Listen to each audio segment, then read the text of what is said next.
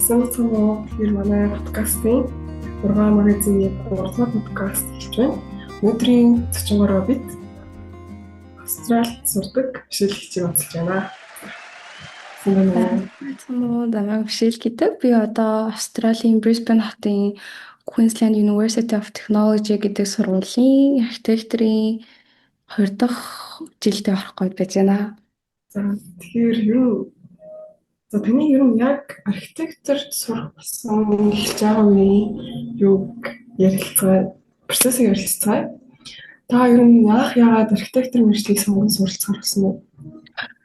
Би анх яг 10 дугаар ангид энэ мэргэжлээ шийдсэн байхгүй. Би өөрөө амар ингээд яг юм оффист суугаад ажиллах бол тийм хүсэлгүй байсан. Тэгэл яг юм илүү тийм creative thinking, problem solving skillүүд маань амар илүү давмгаалсан байсан болохоор тэгэл бодож байгаа бол тэгэл архитектур гээд манай нэг найз тэгж хэлсэн байхгүй ч архитектурын дээр явуул яадیں۔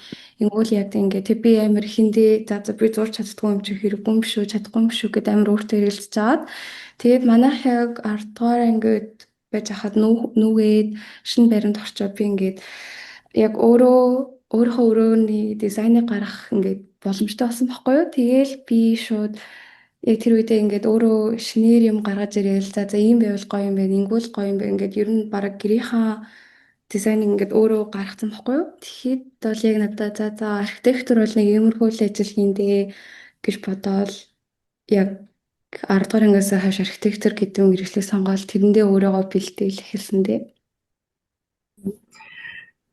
Миний бол тэр зүгээр өрөөнөөс эхэлсэн гэж өөрийнхөө өрөөг янзлахтай хүслээс архитектур болох гэсэн юм шүү дээ. Та зурдаг байсан уу багасаа? Ер нь бол би амар нэг зурх дуртай, зурж чаддаг матдаг бол байгаагүй. Тэгэл би яг өөртөө бас эргэлжсэн байхгүй. За би зурж чадахгүй юм чинь бараг зүгээр л чаддагаараа тоо математика бодоол бийжээ да гэж бодож байсан чи ер нь бол ингээд яг амар яг юм гоё уран зурагт мураг бол зурхгүй зүгээр л яг юм шугам харандаа бараал яг гоё тэгшин зураал яг геометр талтаа илүү сайн зурдаг байх хэрэгтэй байсан билээ. Тэгэхээр би ер нь за одоо тэгээ сургуульд ороход тэгээ заалгачих юм чинь зүгээртэй гэж бодоо. Тэгээ би бас Монголд сургуультаа орохоо хүлээж захтаа нэг юм зургийн сургалт байсан байхгүй юу? Шугам зургийн сургалт гээд Монгол байсан. Тэгэхээр тэндээ ингээд өөрийгөө жоохон ч гэсэн бэлтий гээд тэр сургалтанд явж эхэлсэн. Тэгээ тэр болохоор яг нэг Монголын Яшийн шалгалт өгдөө шүү дээ. Архитектурт одоо орох гэж байгаа хүмүүс шугам зургийн шалгалт өгөх хэрэгтэй гэд тэрнийг ингээд бэлтгэх сургалт байсан байлээ. Тэгээд яг тэр сургалтанд суугаад тэгээд араас нь энэчээ ирээд хичээлүүдэд хараад тахад ер нь бол яг бараг тэр сургалтанд үзсэн юм аа. Эхний жилдээ бараг дахин давтаж үзэж байгаа байсан. Тэгэхээр би яг өөрийгөө зурж чадахгүй ч гэсэн бэлдсэн байсан гэх юм уу. Бэлтгэсэн хүнд боломж ирдэг гэх нэг тиймэрхүү юм сонсчихсон. Та сургууль руу явуулахдаа тэрнээс өмнө одоо портфолиогоо явуулсны дараа сургалтанд суусан биз тэгэхээр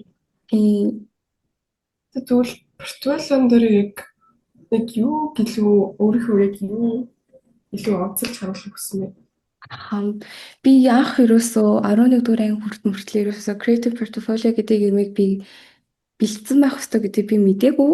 Тэгээд ингээд хүмүүсийг ингээд судлаад ер нь жоохон ингээд интернет дээр ухаа тэгээд яг ингээд common app-аар аппликейшн явуулах гэсэн чинь намайг creative portfolio гэсэн юмыг заавалжгүй requirement гэсэн байхгүй. Тэгээд би гайхаад надад тийм байхгүй шүү дээ гэж бодоод тэгээд яг 12 дугаар ангиас эхлээд ингээд за ер нь бол би илүү ингээд creative thinking би илүү ингээд хайрцагнаас гарч сэтгэж чадна гэдгийг харуулахын тулд ингээд амар болоо сургуулийнхаа постэр мастерыг хийдэг байсан. Тэгээ сургуулийнхаа ингээд постэр өдрийг хийгээ. Тэгээ өөрөө бас ингээд жоохон ингээд архитектурын мэдлэгтэй гэдгийг харуулахын тулд юм өөрөө floor plan зурж эхэлсэн гэх юм уу. Яг YouTube-ээр харж агаад нэг iPad дээрсэн iPad-н дээрээ ингээд floor plan ингээд өөрөө яг анх сурч эхэлээл тийм байсан да. Яг ингээ floor plan тэгээд юунууд дээр яг портфолио дээр оруулж исэн юм байна шүү дээ тий. Ер нь бол floor plan тэгээд өөрийнхөө хийсэн постеруудаа хийжсэн. Тий, ер нь бол тийм. Хэдэн бүтээл оруулж исэн бэ? Би яг 3 floor plan зурж ирсэн. Яг өөрөө яг ингээ юу ч мэдгүй зүгээр л YouTube-ээр хараад нэг зурсан нэг 3 floor plan. Тэгээд постэр болохоор ер нь нэлээд их постэр бол хийсэн. Зүгээр л яг сургуультай зориулж хийдэг байсан постеруудаа зүгээр creative portfolio-д оруулсан гэх юм уу? Та явуулсан бүх сургуультай энэ портфолиог явуулсан эсвэл зарим нь портфолионод not required гэдэг шүү дээ, considered. Тийм. Yes. Би бол бүгдэнд нь явуулсан. Not required байсан ч гэсэн ингээд additional file нэмэх гэсэн үг гэдэг шүү дээ. Тэн дээр бол өөрхөн creative portfolio явуулсан. Яагаад гэвэл ер нь ингээд архитектураар сурах байгаа хүүхдүүд бол заавалжгүй нэг юм creative portfolio дээр байх ёстой гэж бодоо. Тэгээд илүү ингээд би тэрийг requirement биш байсан ч гэсэн явуулчих юм бол илүү нэг юм давуу талтай орох магадлал нь тэнцэх магадлал нь арай их байж магадгүй гэж бодоод ер нь явуулсан. Бүх сургуультай явуулсан байна. Зүгээр яа одоо ингээд би ч гэсэн өөрөө ингээд сургууль руу явуулах гэхээр портфолио надаас заавал шаардаад тэг би одоо яг үнийг хэлэхэд портфолио одоо хийж эхлэв үү? Би тэгэхээр агай cooked гэсэн үг юм. Үгүй би яг бас л яг чиний үед яг ингээд сургуулиуд руугаа явуулахаас өмнө л яг ингээд тийм юм байх ёстой гэдэг мэдсэн баггүй. Тэгээд би шууд Canvas руу ороод creative portfolio template гэж хайгаал. Тэгэл тэнцээч ингээд нэг юм жишээ юмнууд байдаг шүү дээ. Canvas дээр яг тэдрийг харж байгаа л тэгэл болохгүй л тэгэл өөрийнхөө зурсан гоё зураг мураг байвал тэдрийгээ оруулаад над чи тэгэл хамаагүй Google-с YouTube-ээр ингээд харж байгаа floor plan эдэр ингээд зурх чаа. Ер нь бол угаасаа хүн захиалж хийгээгүй зүгээр л ч өөрийнхөө сонирхлоор хийж байгаа юм чинь яг за яг иймэрхүү байвал гоё юм байна. Ингүүл гоё харагдаж гэдэг талаараа ингээд нэг юм жоохон basic зураг чадвартай гэдгийг харуулчих юм бол ер нь гайгүй хаа. Би бол нэг амар сайн creative portfolio байсан гэж өөрийгөө бодохгүй байна. Би ер нь төвхийг хараад тусалж очирсан байгаа юм. Амар лаг байсан. Яг дуулаалга гэтэрсэн бас хамт зурчихсан байсан байна. Одоо яг хараад юм деталлтын хараад бол юм дээр яа зоорч чадахгүй л гэж. Гэтэ тэгээл ер нь гайгүй л үтэй. За тэгвэл та одоо сургуультаа ороход ер нь иймэрхүү юм болсон байна.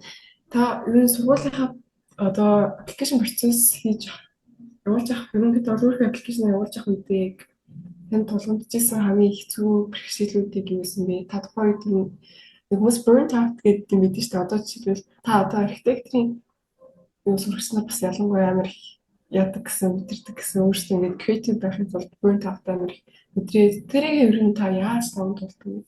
Бас юу мэдэрч яаж тавд? Тэгээд application process дээр болохоор би яг амар хичээсэн. Би үнэхээр ингээд гадаадд очиод сураад байхыг амар хүссэн байхгүй. Тэгээд тэрэн дээр би бүр амар хичээгээд хамгийн гол нь ингээд хүн хүссэн юм авахын тулд ямар ч нэг лимитгүй болчтой. Тэгээд лимитгүй амар хичээдэг болчтой юм байлээ.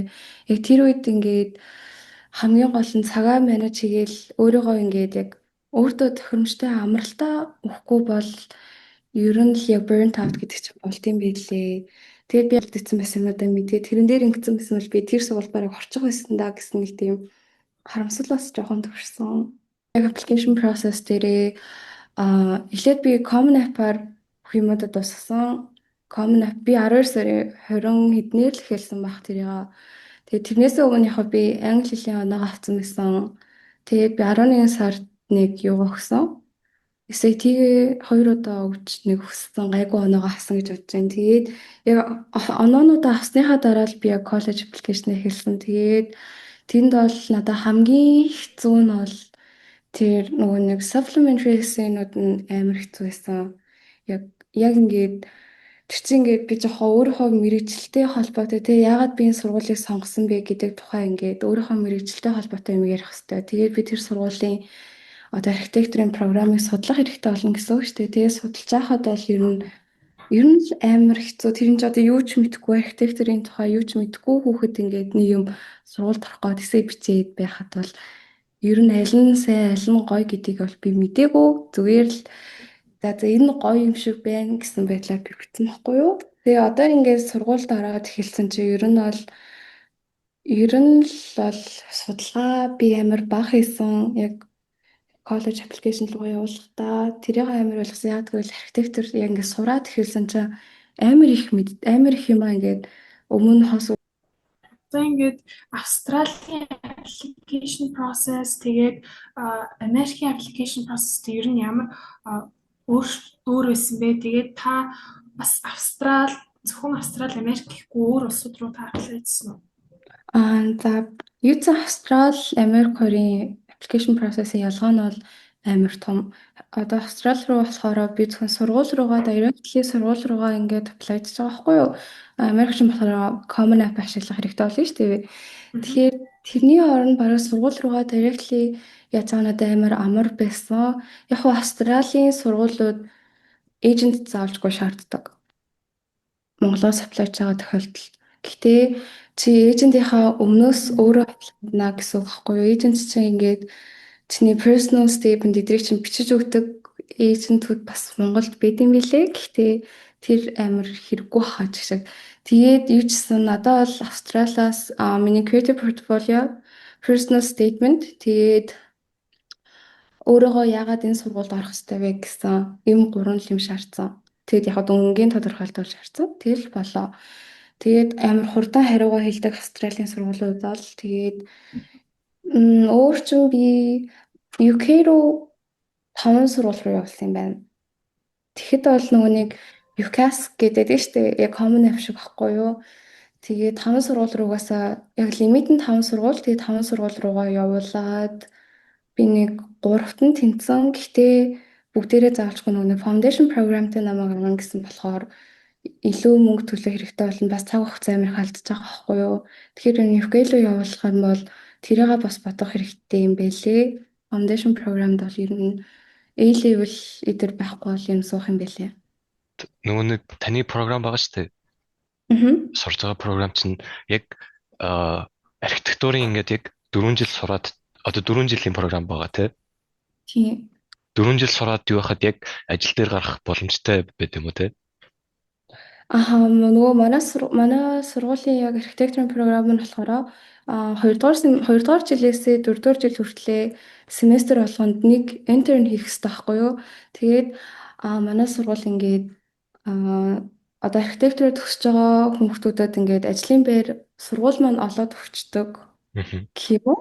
Тийм болохоор ингээд яг одоо манай сургуулийн employment rate нь гэх юм бол нэг 95 байсан гэхээр амар сайн байгаа байхгүй юу? Тэгэхээр ер нь бол төсөөд шууд бол ажилд олдно. Бас яг Австрали одоо 2032 онд олимп болох ч байгаа гэдэг юугаараа 2028 онд төсөж байгаа сурагчдад бол ингээд илүү их одоо ажил олдох магадлал айгүй их байгаа байхгүй юу? Ер нь бус сургуулиудаас амар дадлагын боломж өгдөг. Ер нь өөрөө хуваараа ер нь дадлагын одоо газраа өөрөө олддог эсвэл өөрөө сургуулиас олгогдсон яадаг. Ер нь өөрөө олсон гэр. Үгүй манай сургууль бол яг хуу эхлээд өөртөө олох гээд үзэн гэдэм бэлээ. Эхлээд одоо бас би болохоор одоо ингээд дараа семестрээс буюу 2 сараас эхлээд одоо интернет гарч эхлэх байхгүй юу? Тэр үед би ингээд юугаа олцсон байх хэвээр. Тэгэхээр би одооноос одоо интернет хайж эхлэх гэж байгаа шүү дээ. Тэгэхэд бол манай сургууль ингээд за ийм газруудын интернет хүлээж авна гэж байгаа байхгүй юу? Тэгэхээр ингээд лист өгсөн байгаа. Тэр листүүд рүү ингээд бид нэр аплайдаад тэгээд тэнцвэл яг орно. Тэгээд тэнцэхгүй бол манай сургууль ямар нэгэн байдлаар биднэрт угаасаа бид ингээд сургуулийн төлбөрөөр төлсөн юм чинь ингээд манай сургууль биднэрт бол ажиллах газар болоход бол туслана. Тэгсэн юм одоо би ер нь сургуулийн амьдрал руу нэгэнд орсон сэтгэл тэр талаар юм хэлсэн. Архитектурын ерөн сурагч нарыг баг унтдаг гэдэг хүмүүс дандаа 3 цагийн нэртэй 2 цагийн нэртэй тэгээд амар өсвсөн унж мунаад гэдэг нэг мим гарсан лээ.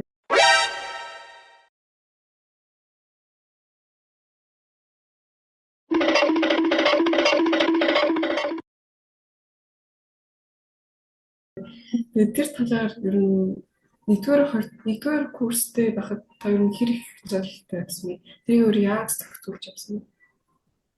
За би бол 1-р курстээ бол амар гэсэн. 1-р курст яг ингээд юуны лайфыг анхнаасаа эхлээд би өмнө мэдэрч үзээгүй амар олон их юмнуудыг ингээд сурч мэдээж авсан гэх юм уу. Тэр нь ингээд ингээд хэнийг ч танихгүй намайг бүр ингээд хинч танихгүй газар би ирээд ингээд өөрийгөө хүмүүс танилцуулаад өөрийнхөө ингээд community-г үүсгэх гэдэг бол ер нь бол амар хэцүү. Гэхдээ ингээд олон хүмүүстэй танилцаад байх юм бол амар network-ийн сайн болоо тэгээд ер нь ч гэсэн ингээд ирээдүйд ч гэсэн ингээд тэд нар чинь чамд хэрэгтэй гэдэг байдлаар ер нь амар олон хүнтэй танилцаад олон хүнтэй найзууд болохыг амар ихэндээ бол хичээсэн. Тэгээд юу ч гэсэн би эхний семестртээ заавалчгүй яг ингээд үзэх ёстой архитектураар төгсөж байгаа хүүхдүүд сурах байгаа хүүхдүүд ингээд заавалчгүй үзэх ёстой дөрвөн хичээл гээд манай юу гэсэн баггүй юу? Сургуулийн цааны програм нь байдیں۔ Тэр нь болохоор физик механик заяо. Тэгээд код бичсэн, тэгээд calculus 1 2 үзэн. Тэгээд нэг нь болохоор option сонголтоор ямар ч хамаагүй хэлмэл юу гэдгийг өөрөө мэдээд нэг сонгож болохгүй юу. Тэгээд эхний семестрт бол яг мэргэжлийн хичээл нэг их орохгүй. Яг ингээд тэр мэргэжлийн хичээлийг үзэхэд ингээд бид нэр бэлдэж өгч байгааг гэсэн үг байхгүй юу. Ерөнхийдөө бол тэгээд надад бол яг математик эдэр бол яг Монголын 10 жилийн математиктэй ер нь төстэй. Ер нь нэг хол зурхгүй байсан. Физик дээр бол мэдгүй. Физик тэр төсмө механик байгаад хэлэхээр ингээд физикийн асуудлууд чинь ингээд жинхэнэ амьдрал дээр тулгуурсан асуудал болж ирээд тэгээд тэрийг өөртөө ингээд бодоод ингээд зурж мураад тэгж л хийхгүй бол амар хэцүү байсан. Хичээлийн хувьд бол ер нь надаа физик амар хэцүү байсан, механик амар хэцүү. Тэгээ код бол яг нэг юм одоо зарим програмууд байгаа штэ. Тэг одоо ингээд архитектурыг ашигладаг програмыг заримдаа ингээд Python дээр хольж хийхэд илүү амархан байдаг байхгүй юу?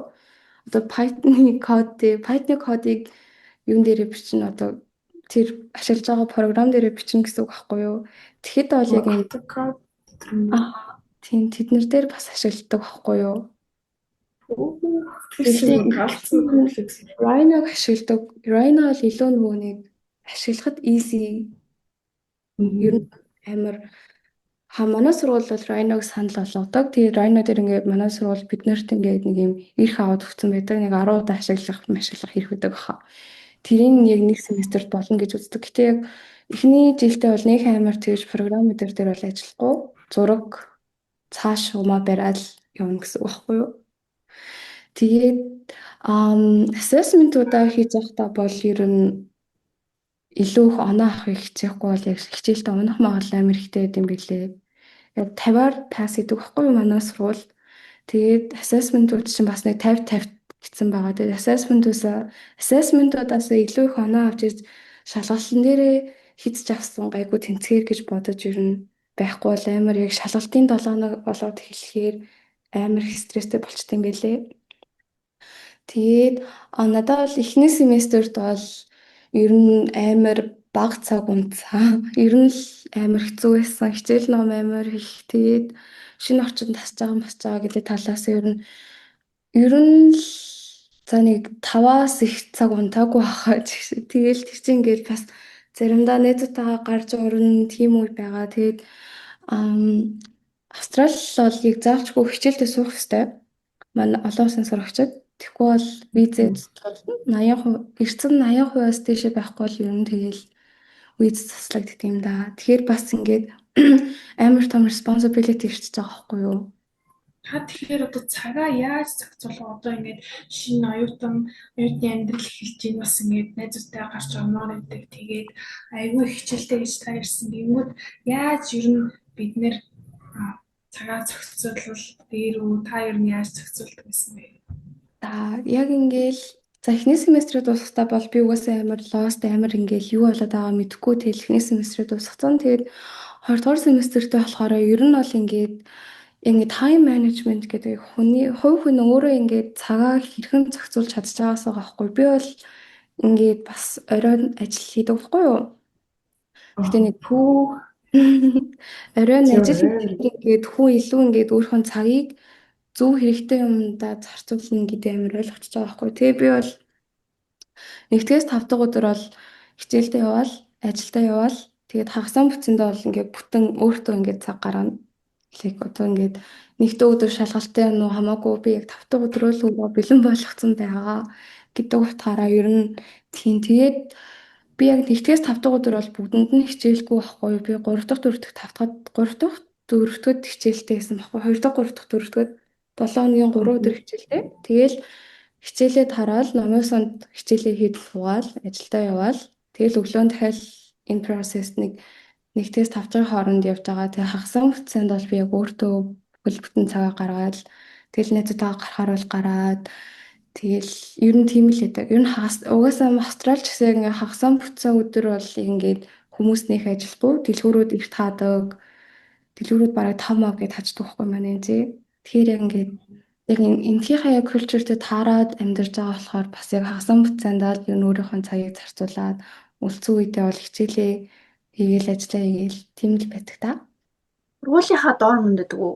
Дотоо байранда.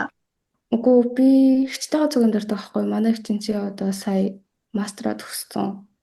Тэгээд хичтэйгээ цуган дуртай.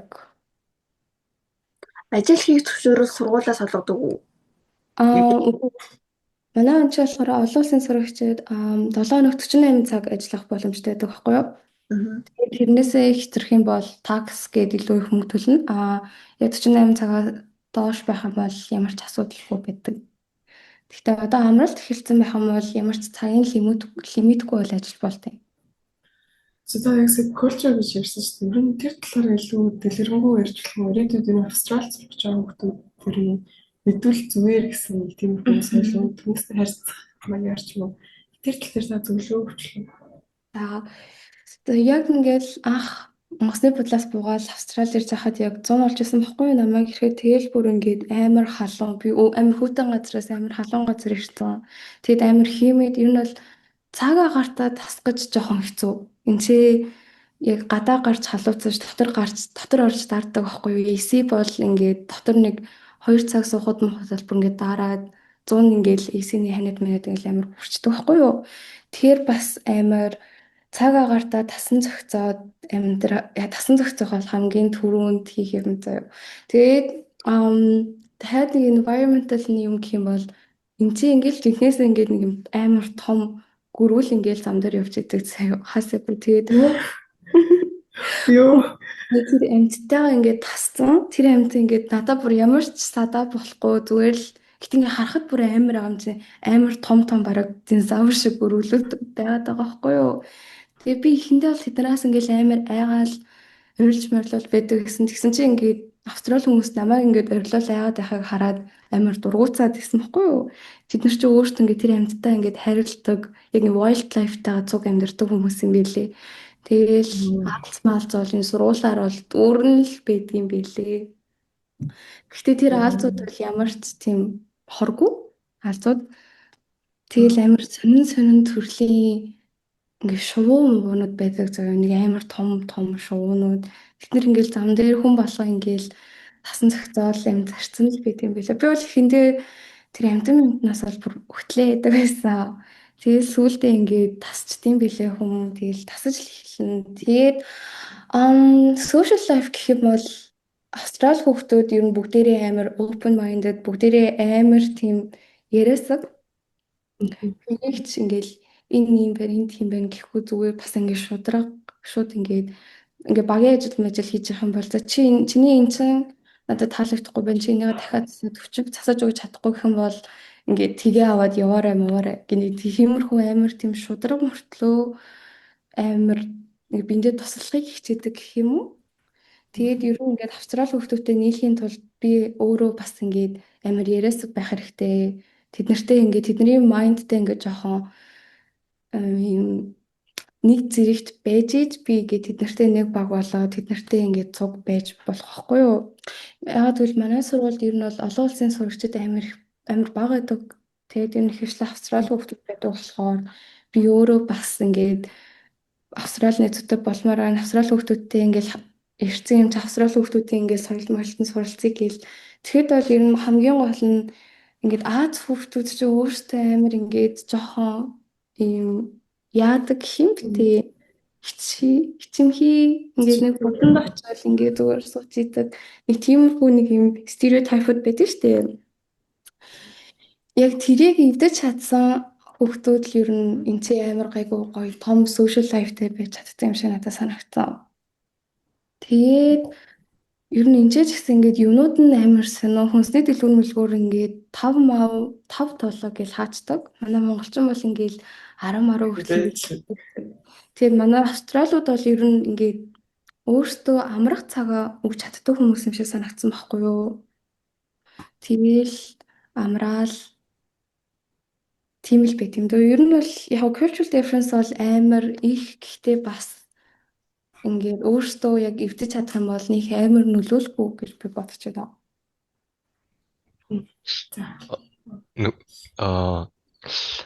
Одоо ингээд ер нь бол их сургуулиудын ийм стереотип байгаа шүү дээ. Ингээл амар шоуддаг ч гэдэм үү, амар хичээл хийдэг ч гэдэм үү. Ер нь таны сургууль аль тал руугаа илүү гэж бодож байна. Манайх ер нь бол амар шоуддаг талдаа гэх юм уу. Манай сургууль ингээд 2 кампустай байхгүй юу? Тэгээ 2 кампус хоёуланд нь ингээд нэг юм баартай гэх юм уу? Ингээд сурагчид нь орж болдог баартай. Тэгээд энэ чи 18 хүрсэн бол яг legal age-д очиж байгаа байхгүй юу? Монголчин болохоор 21 шүү дээ. Тэгэхээр яг ингээд 18 хүрсэн хүүхдүүд манай сургуульд ингээд сургууль нь ингээд өөртөө ингээд баар гараад өглөө. Тэгэл амар ингээд энэ тэнд ингээд 0 орохоор ийм парти болох чинь ирмээрээвэл энэ QR кодыг уншуулад ороорой гэл 7 нэг болгоны тиймэрхүү юм ингээл байж идэг байхгүй юу.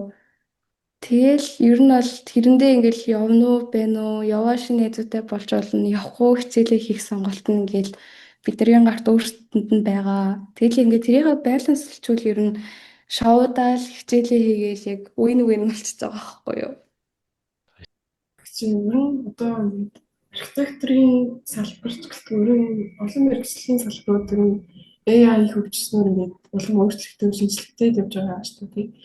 Тэр тал дээр архитектурын салбар ирээдүйд яаж өөрчлөгдөх гэж бодож байна. Одоо жишээлбэл архитектур өмнө бол миний нэг сонсч ирсэн мэдээ дээр 1900 хэдэн онд жилийн бүх компьютер дээр байхгүй байхад бүгдээрээ зурч байгаа гэдгээс бүгдээрээ биелж байгаа эрэгтэй хүмүүс бүгдээрээ ингээд ширэн дээр сууж байгаа бүгдээрээ зураад одоо л харьцангуй өөрчлөгдөд компьютер дээр зураад байгаа шүү дээ. Энэ ер нь цаашдаа хэр өөрчлөгдөх гэж таадаж байна.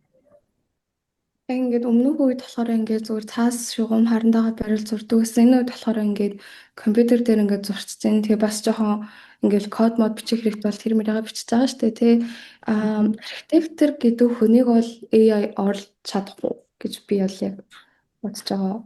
Ер нь бол яасан ч чадахгүй. Тэр ингээд AI ингээд бид нар шиг илүү ингээд creative thinking хийж чадахгүй хүн шиг тийм гоё хайцнаас гарч сэтгэж чадахгүй гэх юм уу.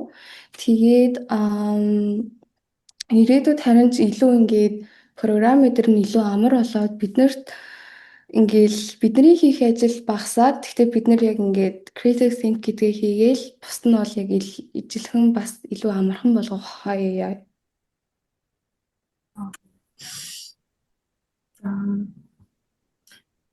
Тань буцаад 12 дугаар ангидаа буцаад очиг үйл өөртөө ер нь та юу хамт хийж эхлэсэн бэ? Жишээлбэл та юу өөртөө зөвлөж байсан бэ? Би яг тэр үедээ ерөөсөө application process яг амар seriously хүлээж аваагүй гэх юм уу. За тэгэл орчих хэлгүүдээ за энэ сургууль руу явчих дөө. За энэ таалагдчихна ийш явчих гээд би сургуулиудаа ингээд судлахтай амар хайн хандсан. Тэгээд бас ингээд яг тэр чинь бас хажууд нь ингээд хичээл номоо хийгээд явж байгаа шүү дээ. Тэгээд тэр үедээ ингээд ерөөсөө өөрийгөө хайрлах, өөртөө цаг гаргах ерөөсөө боломжгүй зөвхөн ингээд хичээлээ хийгээл college process гээл явж исэн болохоор илүү ингээд зөв time managementтэй байсан ч болоосэй гэж би амар хүсдэг. Тэгсэн бол би яг ингээд яг орохыг хүсэж исэн сургуулиуд руугаа илүү их тэтгэлэгтэй орох боломжтой байсан билүү гэж амар тэр үедээ болж байгаа харамсдаг. Яг австрал хэлээр сурж иж авчиж байсан уу? Ингээд хэлний бэлтгэл сууж байсан уу? Би нөгөө нэг IELTS-ийн 7.5 оногтойс ахгүй юу? Тэгэхээр Австралид бол IELTS-ийн 6.5-тай бол шууд юу руугаа орчих болно. Bachelor руугаа орчих болно. Тэгээ би бас нөгөө манай сургууль ахлах сургууль NCC гэдэг нэг foundation program бас үздэг гэсэн болохоор би Австралийн foundation program суух хэрэггүй байсан. Тэгээд яг нь Монголоос яг directly ирж байгаа хүүхдүүд ихэнхдээ л ер нь foundation program сууд юм да. Ер нь тэнд очиод бид нар тэр нэг тийм шиг нөгөө тэтгэлэг авах боломжууд хийх байдаг байл. тэтгэлэг авах боломж байгаа. Амар их байгаа. Хүмүүс яг ингээд байхгүй, хэцүү, олдохгүй гэдэг. Гэтэ ер нь бол ингээд Америкийн сургуулиуд чинь амар өндөр төлбөртэй мөртлөө ингээд нэг жоохон тэтгэлэг өгчөөд тэр нь ингээд амар сэтгэлд нэг юм гоё яагаад байдаг шүү дээ. Австрали болохоор яг ингээд за Австралийн хувьд нь бол ингээд яг ер нь reasonable зэрэг нэг амар тийм Америк дээр шиг тийм амар үнэтэй төлбөртэй бол биш. Бүх сургуулиуд нь ер нь гайгүй. Тэгээд нийт GPA чинь за 92 байх юм бол шууд 25% тэтгэлэг авна. Шууд 25. Тийм ер нь бол бүх сургууль гэж би бодож байна. Тэгээд Угөө сургуулиас өгч байгаа. Сургуулиас өгч байгаа. Тийм. Засгийн газрын тэтгэлэг гэж юм байдаг. Австралийн засгийн газрын тэтгэлэг гэж бол байгаа. Гэхдээ тэр нь болохоор нөгөө нэг Австралийн ингээд ойр орчинд байдаг жижиг арлуудын хүмүүсийг илүү их авдаг байхгүй юу. Тэгэхээр ер нь бол биднэрт ер нь жоохон олдох шанс нь арай бага гэх юм уу. Тэгээд бол ер нь ингээд та нар Rio Tinto гэдэг нэг Монголын оюу толгойтой хамтардаг нэг Австралийн компани байдаг шүү дээ уулуурхаа. Тэр компаниас ирсэн хүүхдүүд амар их Монголын засгийн газрын тэтгэлэгтэй ирд юм байлээ. Оюу толгойд хэрэгтэй мэргэжлийг ингээд сурцсан. Тэгээд оюу толгой ингээд тэрийн спонсоршип хийж явах юм бол ер нь энэ чинь ирээд Rio Tinto-даас ажилчин сургуульдаач гэдэг сурчдаг. Тэгээд бас байр зардал марлын төлчт юм байлээ. Тэрийг бас судалж үзээрэй. Тэгээд оюу толгой бас архитектор угаасаа нөгөө нэг эрэлтийн мэргэжил болцсон байлээ оюу толгой дээр. Анх яг сурахдаа анхыг нэг сураад аплайдж яхтаа тэтгэлэг авч орж ирсэн үү эсвэл ингээд яг тэнцэл төлбөрөдлөд орж ирсэн үү? Би бол бас яг 25% тэтгэлэгтэй авч ирсэн. Тэр чинь ингээд бараг 25% гэдэг чинь миний төлбөрөөс ингээд $4,000 хасагдчихж байгаа байхгүй нэг семестрээс. Тэгээ манай сургуулийн нэг хичээл нь $4,000 бид семестр 4 хичээл үздэг гэж бодохоор ингээд бараг нэг хичээл өнөө сурчиж байна л гэсэн үг шүү дээ. Тэгээд ер нь бол Австралид 25% тэтгэлэг бол байгаа. GPA ингээд өндөр байх юм бол тэгээд тэр GPA одоо манайх болохоор GPA нөгөө нэг 4-өөс 7 гэж явдаг байхгүй юу? 7 нь болохоор high distinction гэдээ явцдаг, 6 distinction гэдээ явцдаг. Тэгээд яг 5.5 дээр GPA байлгаад ах юм бол ингээд 25% тэтгэлэг семестр болгонд орж ирдэг гэсэн үг байхгүй юу? Манайх ерөөсөө жилээр биш яг семестрээр нь ингэж сургуулийн төлбөр авдаг. Яг тэгээд яг таны хувьд яг тэнд очиод нэр курсээр орж исэн зүгээр жоохон нэг юм соёлын ялгаанаас болж гарч исэн жоохон паник ч юм уу нэг юм тиймэрхүүнүүд юу байсан бэ? За яг ингээд бараг л эхний хичээл байсан байхгүй бид нар шууд ингээд багийнхаа шууд нэг 6 хүүхдүүд нэг баг болох хэрэгтэйсэн. Тэгээд тэнцээч ингээд 400 дөө хүүхдүүд байгаа. Тэр дундаас ингээд зургуулаа болно гэдэг чинь амар хэцүү. Тэгэл би ингээд анх ингээд за Аз хүмүүстэйгээ найзалж идэх гэж бодож исэн чинь Азууд бас манай ингээд амар бага байсан. Тэгэл би ингээд яг ганцаараа яхаа мэдхгүй хин дээр очих мэдхгүй бүгдээрээ хоорондоо юм яриад зогсчихсан болохоор ингээд хэнийг очиж интеррупт хийх вэ гэж амар бодож байсан байхгүй юу. Тэгэхэд бол ингээд шууд ингээд хажууд бас нэг Австрали хүн байсан нэг гуруулаа ярьж байгаа хүмүүс рүү очиод шууд юм яриад эхэлсэн байхгүй юу. Тэгэл би за зүгээр шууд очиод юм яриад open minded байхад яг хангалттай байна гэл яг тэр үеэс эхлээд би бас ингээд өөрийгөө илүү нээлттэй тэгээд ингээд өрөөний буланд хичмэхийрээд байгаад байдаг хүн биш ингээд илүү ингээд бусдаагаа яриад байхыг хичээдэг болсон байхгүй юу. Тэр үед бол ингээд за австралчууд ер нь их ингээд амар easy going амар open minded болохоор зүгээр шууд очиод юм ярьсан ч тэд нар ингээд одоо ингээд зүгээр left left-нд ингээд танихгүй хүмүүс ингээд өглөө зөрөхтэй өглөөний минь гэл have a good day мэй гэл ингээд яг зүгээр randomly яг тэгдэг нь надад амар гоё санагдсан гэх юм уу. Английнхаа хичээлээр нэг багштай нэг сэдвээр ярилцахгүй юу? Нэг одоо гадаад хүмүүст өөрийгөө ингээд сайн ойлгох. Юу гэнтэй өөрийнхөө culture-ыг ингээд хожижлээ сайн physical ашаа гэдээ гарч байгаа шүү дээ. Тэгээд монголчууд хэрэг өөрсдөө чадвартай голыг төвчээртэй гэдгээр харуулж чадж байгаа гэж бодож байгаа. Яг тэр талаас нь бас Монгол оюутнууд гадаадд очиод ер нь өөрсдийнхөө culture-ыг, өөрсдийнхөө соёл уламжлалыг юу яаж харуулдаг вэ? Ер нь нэг тиймэрхүү ивэнтүүд төр болдог болов гэсэн. Манайх яг сургууль дээр бол нэг амар тийм ивент бол болоогүй байгаа. Гэтэ манай сургуульд болохоор QT Mongolians гэдэг яг нэг юм клуб бол нэгдсэн баггүй, нэг 20 хэдэн сурагчтай. Тэгэхээр that's nice зөө. Тэгээд ер нь бол бараг 30 хэдэн сурагчтай болсон бахаа сүүлийн үед. Тэгээд зүгээр л бид нэр дундаа митинг хийдэг, хаяа уулздаг тийм клуб баггүй юу? Харин манай хотод болохоор ингээд наадам мадмаа бид нар хийдэм байлээ. Тэгтээ хурцж үзсэн. Гэхдээ наадам мадам ингээ хийдэг. Тэгэл тэнцэн ингээл бүх ингээл Монголын бүх барилдаг, сум харавдаг, Монгол бүжиг идэргээд ер нь бол яг ингээс зөвхөн сургуультай гэхгүй яг юм Австралид ингээд жоохон Монголоо танилцуулах нэг тийм юм болдог. Тэгээ бас сүүлд сонсоход ингээд хотын төвд нэг юм Монгол бүжиг бүжгэлсэн гэсэн нэг тийм юм яваадсан байхгүй юу? Вау. Монголчууд гэхдээ одоо замслаа. Үүнийг цагаан сар өдрөөр наадмаар энэ гадаад дахтаа энэ жоохон хэцүү санагдах тал гэж үе удаа бол боддог. Бууз тэр санаал. Яг үндэ бууз тэр дуруу гэдэг боловч тэндээ очиод түүс ангар махаа сандаг гэсэн. Тэгэд яг хамтдаа монголчуудтай хамтраад нэг тиймэрхүү зүйлүүд хийдэг болоо. Одоо гой санагдав. Ер нь бол бүх л хотод тийм байдаг баха. Манай хотод бол тэгээл бууз мууз ингээд хийгээд зардаг. Игчнэр бол амар их байд юм билээ. Тэгээл байдаг. Тэгээд сүүлд яг манайхаас нэг 2 цаг яваад байдаг нэг бичтэй хот байдаг байхгүй юу? Gold Coast гээд тэнцээ болохоор яг юм Монгол хоолны газар нэгдсэн. Яг тэр тийш бол яг зорж очих газар байгаа. Тэгээд ингээл би яг цагаан сараар энэ байжсан байхгүй. Тэгэл яг ингээд өмнө дандаа ингээл цагаан сараар гэрийнхэнтэйгээ ингээл цуг байж идэг, айл мэл хэсэл ингээл явж идэг гэсэн болохоор одоо ингээд цагаан сараар ингээд амар ингээд хийцгүй, юу ч хийхээ мэдгүй зүгээр хичээлээ хийгээд тэр нь ингээд амар урамгүй байхгүй. Ингээл гэрийнхэнтэйгээ ярахаар тэд нар ингээл айл хэсэж ингэж тэгж ингээл амар гоё. Гэхдээ яг манай монголчууд ингээд нийлж агаад гоё цагаан сараа хийдэг, наадмаа хийдэг гэдэг нь амар хөөрхөн. Илүү нэг юм жоохон ч гэсэн тэр юм сэтгэлийн ингээд твтэж өгч байгаа гэх юм уу? Танд ингээ culture shock гэдэг болж ирсэн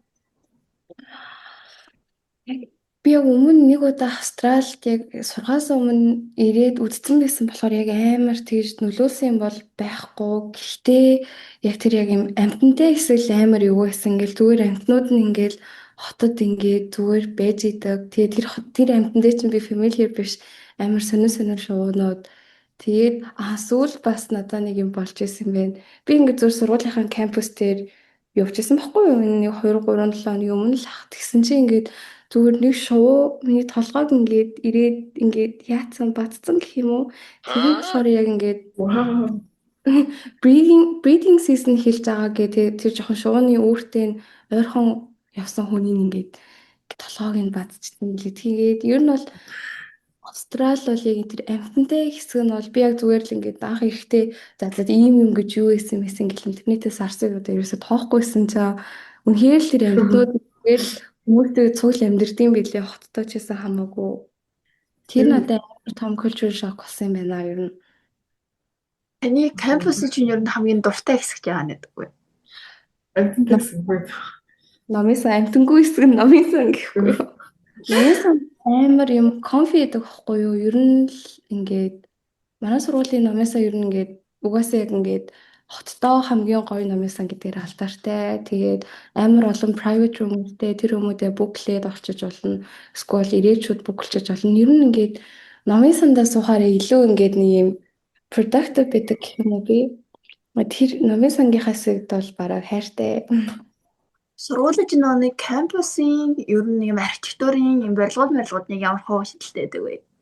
Яа би тэрийг бас амар анзаарч байсан. Манай сургууль яг ингээд дээр үед ашиглаж исэн юм old government house-ыг ингээд хөдөлтөж аваад тэр хэсэгтээ ингээд илүү барилгуудаа ингээд нэмээд тавьсан байдаг байхгүй. Тэгэхээр манай сургууль илүү нэг юм vintage мөртлөө бас ингээд орчин үеийн тийм гоё ингээд нэг хослуулсан modern vintage хоёр ингээд гоё хослуулсан тийм архитектуртэй. Тэгээд тэр нь надад бас амар нэг юм үзүүштэй харагддаг. Ер нь тэгээ манай сургууль дээр ингээд хүмүүс ирж амар зураг мөрөг авахулт юм бэлээ. Ингээл хурмын зураг авалтыг ингээ манай сургуулийн кампус дээр хийцдэг байхгүй юу? Ер нь хөвчлээ. Нилээ гоё би утас үзсэн. Гэтэ Австрал цахаас гэрээсээ холж үзсэн. Тийм Австрали бол яг ингээд нэгт онгоцны тикет бүр амар үнэтэй гарна. Тэгээ чи бараг л 24 цаг ингээд онгоцны буудалд ирч юм уу? Ингээд транзит тайм өдр гэдэг амар ер нь жоохон яг гэрлүүгээ зам бол нэлийн хол амар хэцүү. Тэгээ семестр болгоо амралтаараа ингээд буцаад Монгол руу яваад яж чадахгүй. Жилдээ нэг удаа явбал бараг баярлмаар гэхгүй. Тэр нь буцаж очсон юм бол Тийм наадмаар нэг бацсан. Вахацсан бүр нэг төгөлтөр бороо явуулж маар алсан. Ирээсээ амар бүрэн байсан. Амар Монголоос сансан байлээ. Ингээл Монгол тахта Монгол ийм тийм гэж боддог ус яг үндэ ингээд Монголдоо илүү жаргалтай байсан юм шиг санагцсан надаа. Тэр ч нөгөө их монгол хүмүүс байдаггүй гэсэн шүү дээ. Тэр нөгөө зарим нэг ингээд таньдаг монгол хүмүүстэй уулзлаараа ингээд би нэг хараад ингээд ээж аваас надад нэдэргээ уйлдаг. За ер нь бол би яг ихчтэйгээ цуг байдаг болохоор бас арай гайгүй сэтгэл нь жоохон твцсэн. Гэтэ бас ер нь л яг Монголоос санжиндаа л гэж жоохон нэг тийм сэтгэл юм жоохон гонсайдаг гэх юм уу. Түүнээс биш яг амар ээж аваа санаад байна. Гэвэл тэр бол дотроо л бодд юм билээ. Одоо танаас хамгийн сүүлийн асуулт асуу. Тэр нь л архитектурын мэргэжлэр юу сонирхож буй сурахаар төлөвлөж буй хүмүүстэй хандаж та яг юу гэж хэлэрэй. Шинээр хазлуу сонсогч нар зориулж. Би яг өөрийнхөө туршлагаас ингээд хэлэх юм бол би яг ингээд өөрийгөө Монгол тахта зураг зурх ингээд жоохон чадвараа скиллээ жоохон дээшлүүлсэндээ амар баярлж байна. Та ч гэсэн ингээд одоо апплайда дараа жилийн 9 сар март ингээд хичээл сургуулиудаар норхоор байгаа шүү дээ тий. Тэгээ тэр үедээ ингээд зуныхаа амралтын цагийг ч юм уу ингээд чөлөөт цагаа яг ингээд яг одоо сурах байгаа мэрэгжилтэй ингээд жоохон ч гэсэн ингээд нэг тийм судалгаа хийгээ. За би энэ сургуультаа орчоод ийм мэрэгжил үзэх юм байна да. За энэ мэрэгжил дээр иймэрхүү юмнууд байгаа юм байна да гэдэг. Угаасаа бүх сургуулийн вебсайтн дээр unit overview гэдэг байгаа. Тэрийг уншаад жоохон ч гэсэн ингээд мэдлэгтэй мэдээлэлтэй болчвол илүү амар илүү ингээд очоод за нэг юм үзэж ин та гэсэн нэг юм зураглал толгоонд ч үлдчих байхгүй юу. Тэгэхээр ингээд өөртөө амар сайн бэлдэж ирээрээ. Тэгээд их сургууль бол 10 жилээс бүр шал өөр чиний юу хийнэ үү хийхгүй байна уу хинт чамаагүй. Яг бол чи ингээд өөрийнхөө цагийг өөрөө л зохицуулж амьдрна. Тэгэл ер нь цагаа зөв зарцуулаад бэлтгэлтэй ирээрээ. Амар бэлтгэлтэй ирээрээ. Хитэн сар бол гадаадд сурах байгаа бол эхний хэдэн сар бол ер нь нөөж явах зүгээр л амар байдаг. Гэхдээ тэр эхний хэдэн сарыг авчих юм бол ингээд хүн ингээд тасаад эхлэн гэрийнхээсээ холцсондоо тасаад өдөр болгон л ярьж байгаа юм чинь гээл зүгээр байгаа л хэлдэг. Тэгээд хүүхдүүдтэйгээ очоод ер нь бас сургууль дээр очичоод амар олон хүмүүстэй танилцаарай гэж зүйлээ. Илүү ингээд networking сайн болох юм бол ингээд сургууль дээр чи ямар нэг ивент хиймээр болох юм бол тэр хүүхдүүд чинь ингээд ирнэ. Тэр хүүхдүүдийн найзууд нь цуг ирнэ гэж бодоод тэгэл ер нь networking гэдэг юм амар чухал. Тийм л юм хэлмээр байна да. Ургаан магазин подкастын урилгын маань насанд баярлаа. Тэгээд бид дуусна ингээд хөвчлэн яаж орж ирсэн хүмүүстэй ингээд бэлэг өгдөг байхгүй. Тэгээд танд өгч чадсангүй. Бид баярлаа. Тэгээд баяртай. Дараагийн үлдээ дээр Баярлалаа. Баярлалаа. Аа